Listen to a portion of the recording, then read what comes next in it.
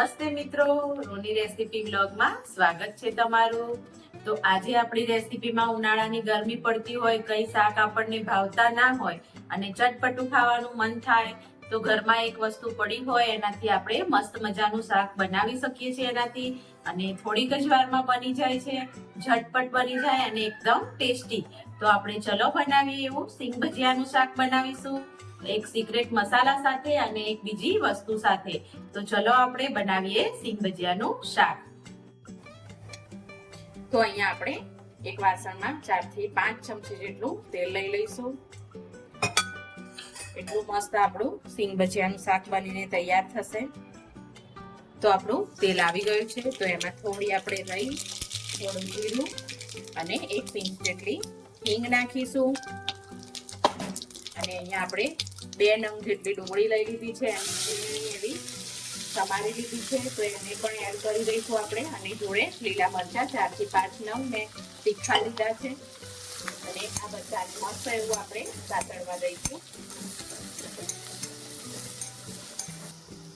તો આપણી ડુંગળી સતળાય ત્યાં સુધી આપણે એક મસ્ત મસાલો અંદર એડ કરવા માટેનો બનાવી દઈએ। તો અહીંયા મેં 1 ચમચી જેટલો ગરમ મસાલો લીધો છે, અડધી ચમચી જેટલી હળદર, 1 ચમચી જેટલું મેં લાલ મરચું લીધું છે, અને એક આખી મોટી ચમચી જેટલું ધાણા જીરું લીધું છે, અને થોડું આપણે આમાં મીઠું એડ કરી દઈશું, થોડુંક જ એડ કરીશું। અને આ બધી પેસ્ટ બનાવી લઈશું આની। આનાથી એકદમ શાકમાં ફ્લેવર મસ્ત આવે છે આ રીતે પેસ્ટ બનાવવાથી। તો આ રીતે આપણે એક મસ્ત રીતની પેસ્ટ બનાવી લેવાની છે। તો અહીંયા આપણે 2 નંગ જેટલા ટામેટા લીધા છે, તો એને સમારીને આ રીતે આપણે ગ્રાઇન્ડ કરી લઈશું। તો આની એવી સ્મૂથ એવી પેસ્ટ બનાવી લઈશું। 2 જ ટામેટા લીધા છે। તો અહીંયા આપણે 100 ગ્રામ જેટલા સિંગ ભજીયા લીધા છે, જે 10 રૂપિયા વાળું પેકેટ આવે છે, એ 100 ગ્રામનું આવે છે। તો અહીંયા આપણે સિંગ ભજીયા લઈ લીધા છે, આ રીતના કોઈ પણ પ્રકારના તમે લઈ શકો છો। તો જે આપણે આ મસાલાની પેસ્ટ બનાવી હતી, તો એને આપણે અંદર એડ કરી દઈશું। ડુંગળી સતળાય પછી આને એડ કરવાનું છે। ડુંગળીને આપણે 3 થી 4 મિનિટ સુધી મસ્ત એવી સાતળી લીધી છે, અને અંદર એડ કરી અને મસાલાને થોડી વાર એવું આપણે ચડવી લેશું અંદર, જેથી કરીને એકદમ ફ્લેવર મસ્ત રીતે એનું અંદર બધા જ શાકમાં બેસી જાય એવો મસ્ત એવો મસાલો આપણે પહેલા ચડવી લેવાનો છે। તો થોડો મસાલાને ચડવા માટે આપણે એક સેજ પાણી નાખીશું, જેથી કરીને આપણો મસાલો સરસ એવો બધો જ ચડી જાય પહેલા ડુંગળી સાથે।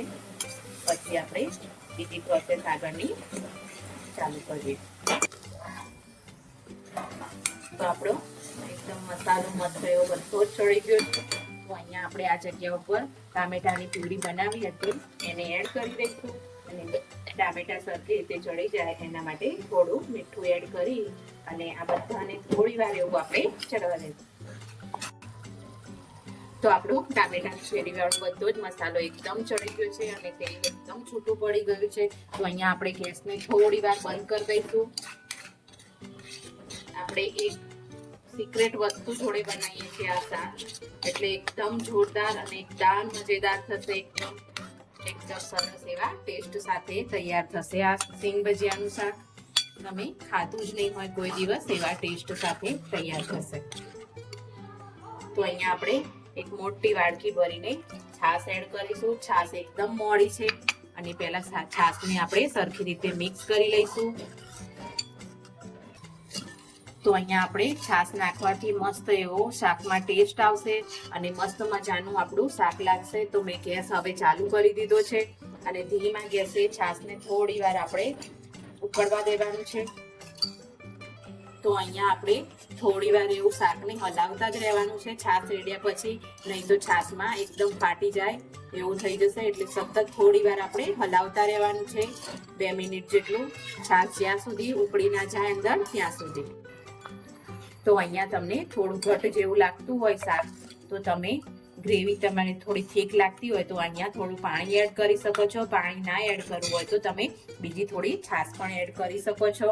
તો આ રીતે હવે મેં સિંગ ભજીયા લીધા હતા એને આપણે અંદર એડ કરી દઈશું, અને થોડી વાર એવા અંદર મસ્ત મજાનું ફ્લેવર થઈ જાય બધા જ સિંગ ભજીયામાં આપણું। એવા મસ્ત હલાવી અને 5-1 મિનિટ આને ધીમા ગેસ ઉપર ચડવા દેશું. પછી આપણું મસ્ત એવું મજાનું શાક તૈયાર થઈ જશે. તો આપણે 2-1 મિનિટ જેટલું થઈ ગયું છે. તે મસ્ત એવું આપણું તેલ એકદમ શાક ચડી ગયું છે અને તેલ ઉપર આવી ગયું છે. તો આપણે હવે થોડા કોથમીરના પાન એડ કરી દઈશું અને આપણું મસ્ત મજાનું શાક તૈયાર છે. તમે આને રોટલી જોડે, ભાખરી જોડે ખાઈ શકો છો. મસ્ત ટેસ્ટી. ઉનાળાની ગરમીમાં કોઈ પણ શાક ના હોય તો તમે આ રીતે શાક બનાવીને ખાઈ શકો છો અને એકદમ બધાને જ ઘરમાં ભાવે એવું આ શાક બનીને તૈયાર થાય છે. જોઈ શકો છો તમે, મસ્ત મજાનું શાક છે. તમને કોઈ જોઈને એમ નહીં કે આ શેનું શાક છે. ખાશે એટલે ટેસ્ટ પણ એટલો મજા આવી જશે અને એવું જોરદાર શાક બનીને તૈયાર થાય છે.